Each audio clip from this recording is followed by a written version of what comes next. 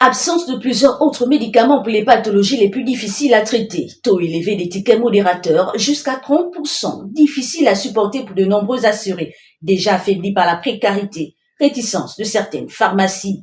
Des réactions ayant suivi la publication en juin dernier de la nouvelle liste des médicaments remboursés par la Caisse nationale d'assurance maladie et de garantie sociale.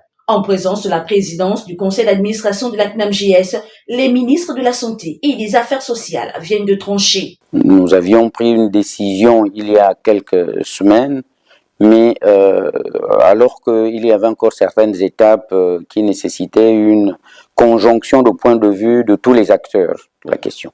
Et donc c'est pour cela que, sans plus rentrer dans les détails, nous avons décidé, le gouvernement a décidé de suspendre la nouvelle liste des médicaments, de suspendre les différentes quotités de remboursement par les populations et de rester jusqu'à nouvel ordre sur les anciennes tarifications. À côté des objectifs de performance et l'assainissement de la gouvernance clairement indiqués par le chef de l'État, Brice Clotaire Oligui Nguema, pour retrouver l'équilibre de la CNAMJS, faciliter l'accès des assurés aux prestations et soins de santé de qualité reste la priorité pour la double tutelle. Nous invitons la direction générale, la CNAMJS, à mettre en place une commission multipartite avec les syndicats des pharmaciens, avec les responsables des structures sanitaires, avec les agents de la CNAMJS et évidemment tout cela encadré par le conseil d'administration pour qu'une proposition consensuelle nous soit faite pour que ensuite